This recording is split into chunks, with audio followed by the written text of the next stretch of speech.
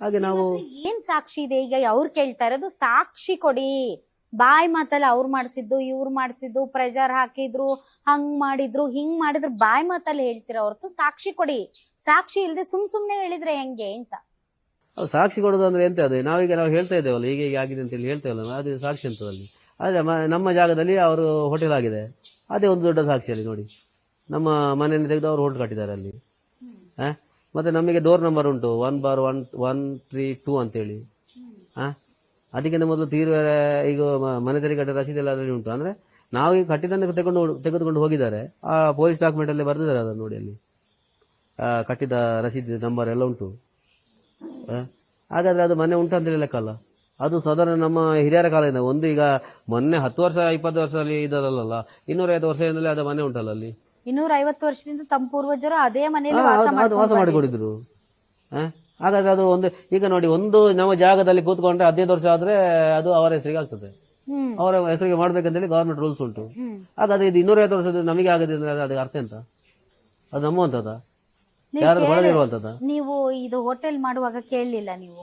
ಇಲ್ಲ, ನಾವು ಯಾವಾಗ ಆಗಿದ್ದು? ಅದು ಸಾಧಾರಣ ಒಂದು ನನ್ನ ಲೆಕ್ಕದಲ್ಲಿ 5-7 ವರ್ಷ ಆಗಿರ್ಬೋದು.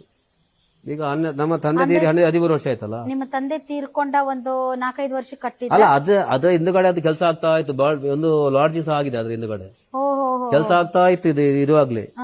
ಇದೊಂದು ಅಡ್ಡಿ ಇತ್ತು. ಇದನ್ನು ತೆಗಿಲಿಕ್ಕೆ ಬೇಕಾಗಿ ಅವ್ರನ್ನ ಕೊಂದದ್ದು. ಆಮೇಲೆ ಇದನ್ನು ಈಗ ನಮ್ದು ಕೆಲಸ ಆಗಿ ಎದುರುಗಡೆ ಹೋಟ್ಲಾಗಿದೆ. ಈಗ ಯಾವುದು ನಮ್ಮ ಮನೆ ತೆಗೆದು 1-1.5 ವರ್ಷ ಏನೋ ಬಿಟ್ಟಿದ್ದಾರೆ ಅಷ್ಟೇ. ಆ ಮನೆ ಕಂಪ್ಲೀಟ್ ಬೀಲ್ ಅಂತೇಳಿ ಕಾಯ್ತಾ ಇದ್ರು ಅವರು.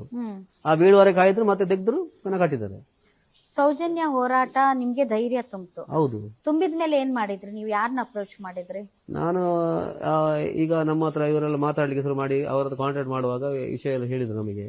ನೀವು ನಿಮ್ಮ ಸಮಸ್ಯೆ ಹೀಗೆ ಉಂಟಲ್ಲ, ನಿಮ್ಮ ತಂದೆ ಹೀಗೆ ಮಾಡಿದ್ದಾರೆ, ಮತ್ತೆ ಅತ್ತೆ ಹೀಗೆ ಮಾಡಿದ್ದಾರೆ, ನೀವು ಕಂಪ್ಲೇಂಟ್ ಕೊಡಿ, ನಿಮ್ಮೊಂದಿಗೆ ನಾವಿದ್ದೇವೆ ಅಂತ ಹೇಳಿಲ್ಲ. ನಮಗೆ ಧೈರ್ಯ ತುಂಬಿದ ಮೇಲೆ ನಾವು ಕಂಪ್ಲೇಂಟ್ ಕೊಡ್ಲಿಕ್ಕೆ ಹೋದದ್ದು. ಈಗ SP ಅದಕ್ಕಿಂತ ಮೊದಲು ಹೋಗಿದ್ದೇವೆ. ಈಗ 2 ವರ್ಷ ಮೊದಲು ಹೋಗಿದ್ದೇವೆ, ಅದಕ್ಕಿಂತ ಮೊದಲು ಸಹ ಕೊಟ್ಟಿದ್ದೇವೆ ನಾವು. ಅಲ್ಲಿಂದ ಏನ್ ರೆಸ್ಪಾನ್ಸ್ ಬಂತು?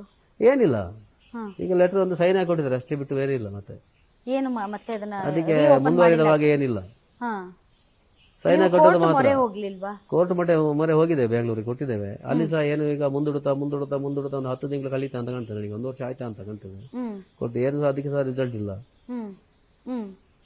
ಮುಂದುವರಿದ ಹಾಗೆ ಏನಿಲ್ಲ, ಎನ್ಕ್ವೈರಿ ಇಲ್ಲ, ಏನಿಲ್ಲ.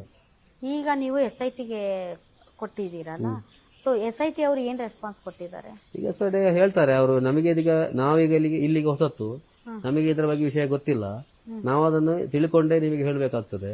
ಈಗ ನಾವು ಅದಕ್ಕೆ ಬೇಕಾದಾಗೆ ಎನ್ಕ್ವೈರಿ ಮಾಡಿಕೊಂಡು ಮತ್ತೆ ನಿಮಗೆ ತಿಳಿಸ್ತೇವೆ ಅಂತ ಹೇಳಿದ್ದಾರೆ ಅಷ್ಟೇ. ನಮಗೆ ಗೊತ್ತಿಲ್ಲ. SIT ಅಧಿಕಾರಿಗಳ ಮೇಲೆ ತಮಗೆ ನಂಬಿಕೆ ಇದೆ? ಖಂಡಿತ, 100% ನಂಬಿಕೆ ಉಂಟು. ಖಂಡಿತ ಮಾಡಿ ಕೊಡ್ತಾರೆ ಅಂತ ನಂಬಿಕೆ ಇಟ್ಟಿದ್ದೇವೆ. ಈಗ ನಿಮಗೆ ಪೂರಕವಾದಂತ ಸಾಕ್ಷ್ಯಗಳು ಏನಾದ್ರೂ ಇದಾವ? ಪೂರಕ ಸಾಕ್ಷಿಗಳು ಎಂತ? ನಾವೇ, ಅವರಿಗೆ ಮಕ್ಕಳು ನಾವೇ ಅಲ್ವಾ. 3 ಮಂದಿ ಮಕ್ಕಳಿದ್ದೇವೆ. ಅಲ್ಲಿ ಹೋಗಿ ಬರ್ತಾ ಇದ್ದಂಥದ್ದು. ಆಲ್ರೆಡಿ ಈಗ ನಮ್ಮ ಮನೆಯಲ್ಲಿ ಅವರು ಹೋಟ್ಲ್ ಕಟ್ಟಿದ್ದು, ಅಲ್ಲಿ ಮನೆ ಇದ್ದದ್ದು. ಈಗ ಫೋಟೋ ಎಲ್ಲ ಉಂಟಲ್ಲ, ಅಲ್ಲಿ ಕೆಲಸ ಮಾಡಿದ್ದು ಅಷ್ಟು ವರ್ಷದಿಂದ. ಆನೆ ಮಾತ್ರ ಆಗಿದ್ದಂತ ಅದೇ ದೊಡ್ಡ ಇದಲ್ವ, ಅದಕ್ಕೆ ದೊಡ್ಡ ಎಂತ ಮತ್ತೆ ಆನೆ ಮಾತ್ರ ಆಗಿದ್ದೆ ಅಲ್ಲಿ ಕೆಲಸ ಮಾಡಿದ್ದು.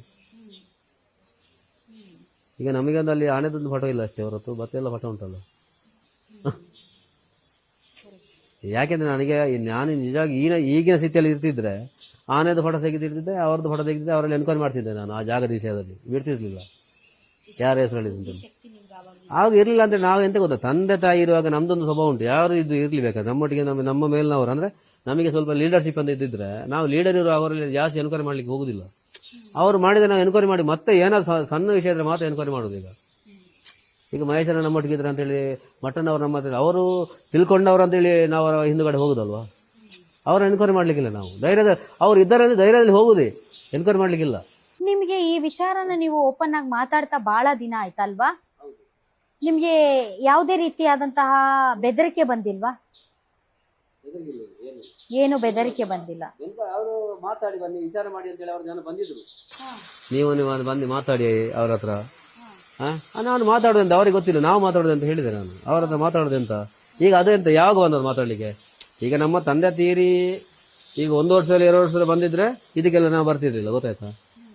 ಇವರು ಈಗ ಇದರಲ್ಲಿ ಯಾವುದು ನಮ್ಮ ಸೌಜನ್ಯ ಇದರಲ್ಲಿ ಕೇಸಲ್ಲಿ ಸಂತೋಷ್ ರಾವ್ ನಿರಪರಾಧಿ ಅಂತ ಹೇಳಿ ಬಂದ ಮೇಲೆ ಇವ್ರ ಮೇಲೆಲ್ಲ ಬಂದರು ಮಾತಾಡ್ಲಿಕ್ಕೆ.